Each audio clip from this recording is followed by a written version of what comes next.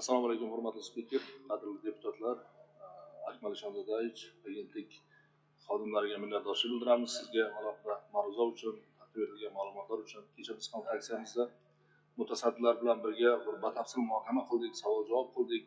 Ochiq qolgan savollarimizga tegishli tashkilotlardan yozma javob berishadigan bo'lishdi va mana bugun spikerimizga katta rahmat. Yana bir savollarimizga imkoniyat berildi, qo'shimcha savollar berishga. Avvalambor shuni ta'kidlashimiz kerak.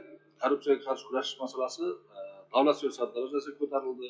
Davlatimiz rahbari bu masalaga qat'iy va murosasiz ekanligini barchamiz bilamiz, sezib ham turibmiz. 2025-yilda aynan ushbu masala bo'yicha prezidentimiz ishtirokida 3 marta muhokama etildi. Qolaversa, murojaatnomalarida alohida korrupsiyaga qarshi kurashish bo'yicha 2026-yilda favqulodda holat yili deb e'lon qilindi. Albatta, bu sohada o'ta jiddiy yondashuvlar davom etayotganligini isbot desak to'g'riroq bo'ladi. Hisobot yilida ham amalga oshirilgan ishlarni e'tirof etamiz. Biz ham korrupsiyaga qarshi kurashning huquqiy asoslarini mustahkamlangan 7 ta normativ hujjat qabul qilindi. Jinoyat kodeksiga korrupsiyaga oid jinoyatlar turlari aniq belgilandi. Qonunchilik palatamiz tomonidan 37 ta tahliliy ma'lumot tayyorlanib, 19 ta qonun loyihasi ishlab chiqilganligi bu aytishimiz kerak, parlamentimiz nazoratini bu sohada kuchayib borayotganligidan dalolat beradi. Shu bilan birga tashvishli raqamlar ham aytildi milliy ma'ruzada.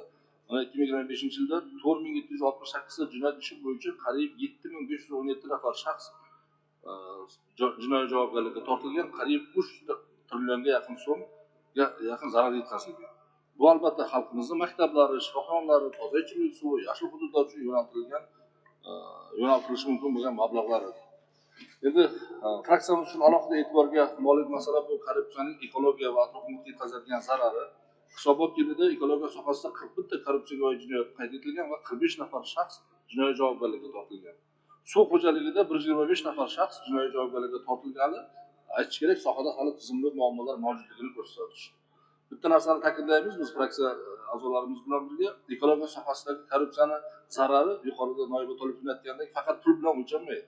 Qora evaziga kesilgan daraxt yoki noqonuniy ajratilgan suv muhofaza zonasi yoki ifloslantirilgan daryoni hech qanday jarima bilan qaytarib bo'lmaydi.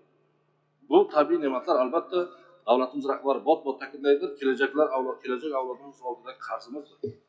Shuning uchun agentlik tomonidan mana deputatimiz ham ta'kidladi, ta'lim, sog'liqni saqlash, bank, kadastr kabi sohalarni kompleks o'rganilgandek, ekologiya sohasi ham bugungi kunda aytish mumkin hayot-mamot sohasiga aylanganligi sababli bu sohada ham aytish kerak, davlat juda katta mablag'lar ajratyapti.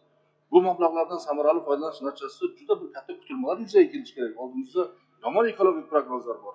Shuning uchun biz ham iltimos qilgan bo'lardik, ekologiya sohasini keyingi yillarda bir korrupsiyaviy omillari kompleks o'rganiladigan bir ustuvor yo'nalishlar qatoriga kiritilsa maqsadga muvofiq bo'lardi. Hurmatli deputatlar, korrupsiya islohotlarimiz yo'lidagi eng katta to'siq, buni bot-bot takrorlaymiz. Jamiyatda korrupsiyaga nisbatan murosasiz muhitni shakllantirish har birimizni, biz deputatlarni ham, amaldorlarni ham, oddiy aholini ham aytish kerak, vijdon ishidir. Aynan shunday murosasiz yondashuvgina jazo muqarrarligini va qonun ustuvorligini ta'minlaydi. Yuqorilardan kelib chiqib, biz fraksiyamiz milliy ma'ruzani ma'lumot uchun qabul qilish hamda agentlikka berilayotgan tavsiyalarni to'liq qo'llab-quvvatlagan holda Qonunchilik palatasi qaror loyihasi uchun ovoz beradi.